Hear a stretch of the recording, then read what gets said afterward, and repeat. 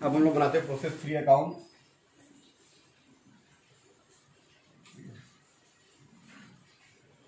Marker खराब हो गया। Process 3 account.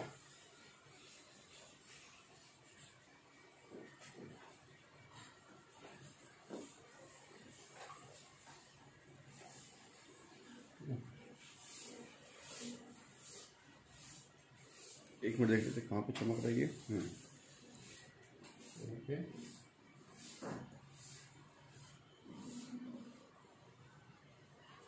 ठीक है ठीक है। तो प्रोसेस 3 में लिखेंगे हम लोग कि प्रोसेस 2 से आ रहा है मटेरियल ना, to transfer from process to account. ठीक है, कितना था 840 यूनिट 33,600 रुपीज में आया था। ठीक है, 840 यूनिट 33,600 रुपीज में 40 रुपये पर यूनिट के हिसाब से। फिर से मटेरियल लगा है, वेजेस लगा है और ओवरहेड लगा हुआ है। ठीक है, मटेरियल लगा है 5924 to material account, to direct wages और टू प्रोडक्शन ओवरहेड, ये जो भी है production overhead.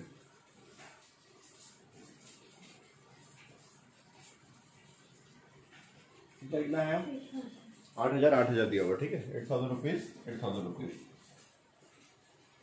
Dash dash dash. Clear इतना।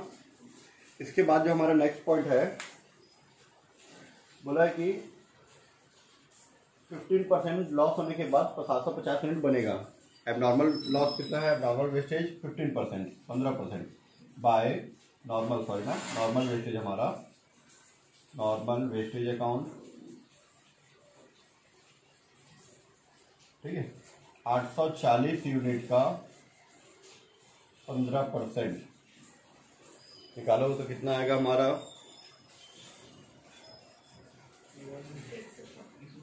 126 यूनिट हमारा खराब हुआ है। 126 unit eight the rate of rupees कितने में बिक जाता है? ये बिक जाता है 10 रुपये में, ₹10 पर यूनिट।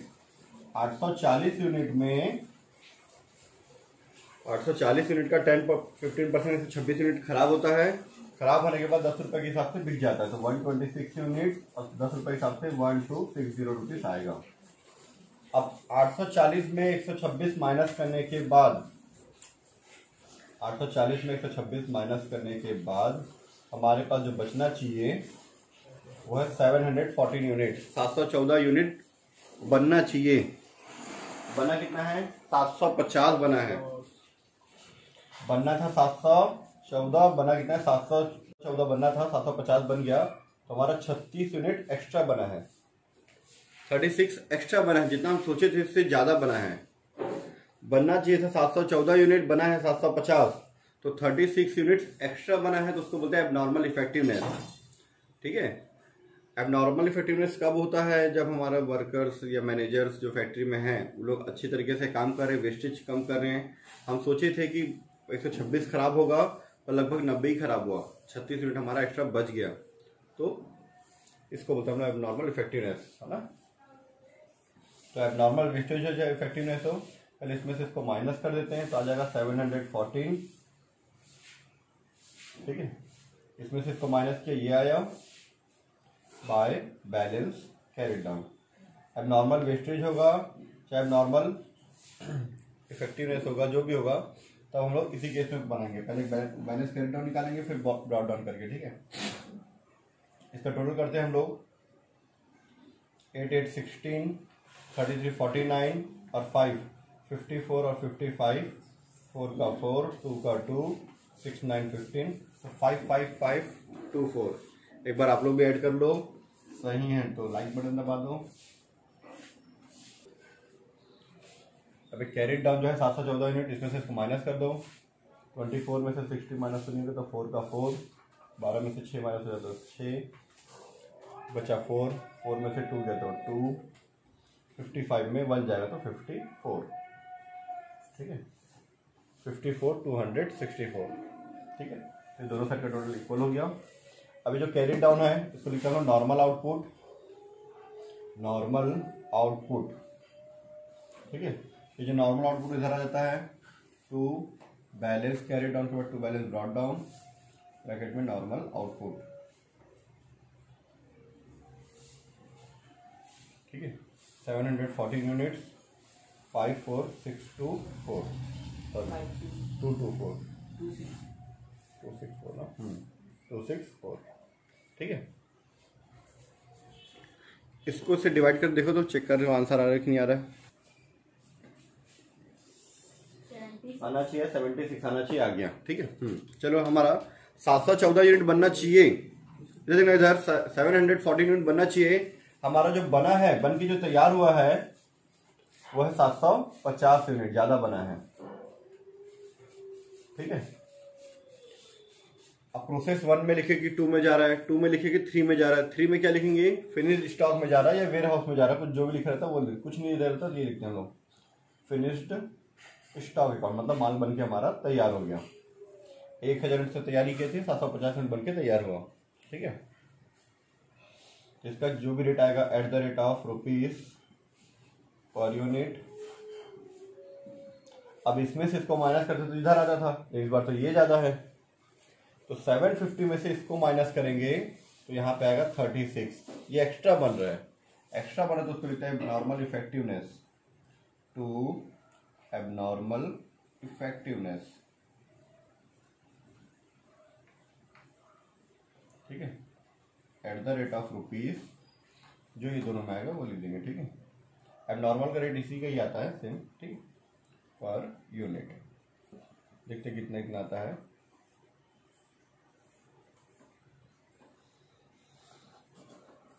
इसको इससे डिवाइड कर दो तो आ जाता है आंसर, लेकिन हम लोग वैसे निकालते ना शो करके कॉस्ट पर यूनिट। हम लोग दिखाते भाई कि 840 यूनिट बनाने का खर्चा कितना आया, 55524 आया 840 यूनिट का। इसमें से 126 यूनिट खराब हो जाएगा सोचे थे हम लोग, और जिसका पैसा कितना मिलेगा 1260 रुपये। ये लोग कितना आ रहा है इसमें माइनस करने के बाद आ रहा है ये 54264। इसमें से इसको माइनस करने आ जाएगा 714 यूनिट। यूनिट से यूनिट को माइनस किया, अमाउंट को अमाउंट से माइनस किया। ठीक है, यूनिट्स, इसको से डिवाइड कर दो रुपीज 76 आएगा। ठीक है, तो यहाँ पे भी 76 और यहाँ पे भी 76। 36 को 76 से मल्टीप्लाई करो, कितना आ रहा है 36 इंटू 76,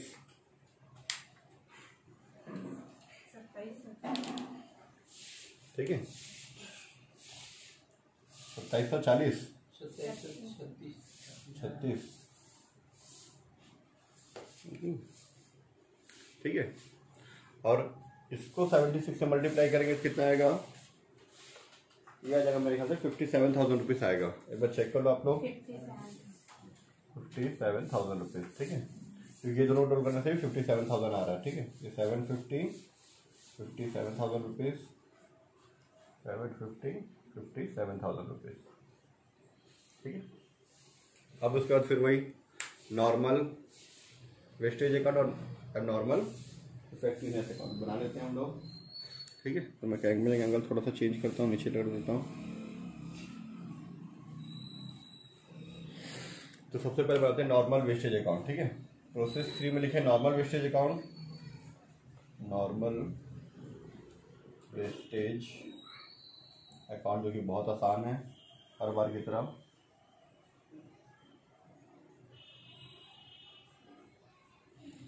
प्रोसेस 3 में नॉर्मल वेस्टेज अकाउंट लिखे हैं, क्या लिखेंगे process 3 account to process 3 account 126 unit 1260। देखें पैसे मिलेंगे बाय कैश अकाउंट, ब्रैकेट में सेल 126 यूनिट 1260।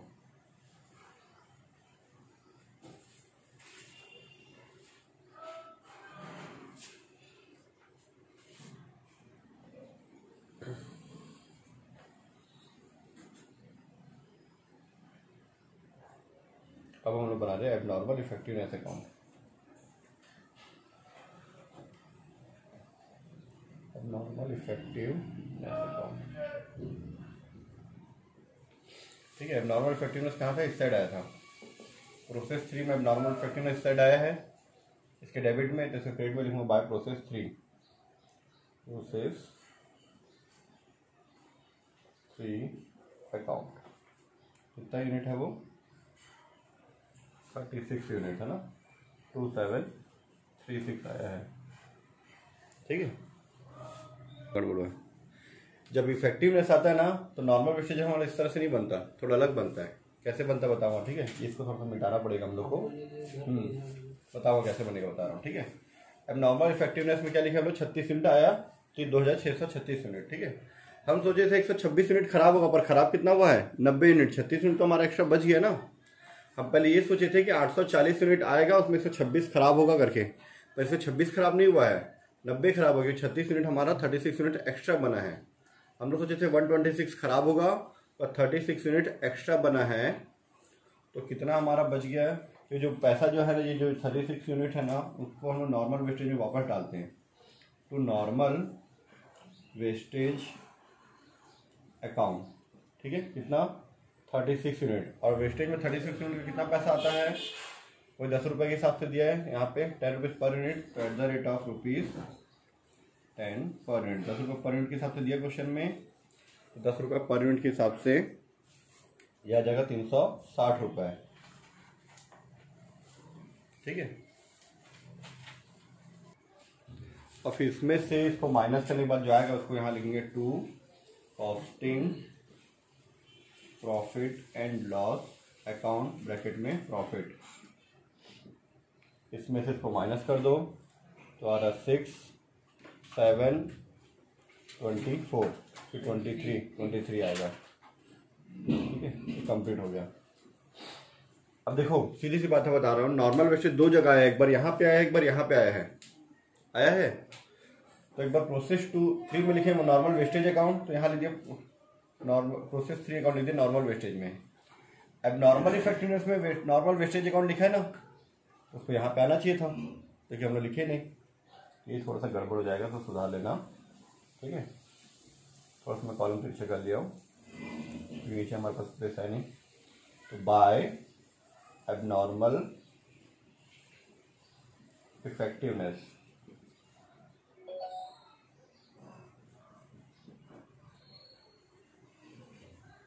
ठीक है, 36 यूनिट का आएगा 360, ठीक है। बाकी सेव करेंगे, बाकी को बाय कैश अकाउंट ब्रैकेट में सेल करेंगे हम लोग। कितना? 90 यूनिट सेल होगा। रियल में हमारे 126 यूनिट सेल नहीं हुआ था, हम सोचे थे 126 यूनिट्स, ठीक है। इंग्लिश में बोल रहा क्योंकि हिंदी में थोड़ा सा कंफ्यूजन होता है, 26 करके 126 यूनिट हम सोचे थे खराब होगा, पर खराब कितना हुआ? 90, 36 अच्छा बना है, ठीक है। तो ये जो अच्छा बना है कौन सा? 90 यूनिट, वो हमारा सेल हो जाएगा। कितने रुपए हिसाब से? 10 रुपये हिसाब से। तो कितना आ जाएगा ये? 900 रुपये, ठीक है, at the rate of ₹10 per unit. क्योंकि रियल में जब आप सेल करने जाओगे तो आपका 126 यूनिट नहीं बिकेगा, 90 यूनिट बिकेगी, क्योंकि 36 यूनिट आपका 36 यूनिट आपका अच्छा बना है, ठीक है। ऐसा बनेगा हमारा नॉर्मल वेस्टेज अकाउंट, ठीक है। ये था हमारा क्वेश्चन नंबर 15 नए बुक का, पुराने बुक का 14 कंप्लीट, ठीक है।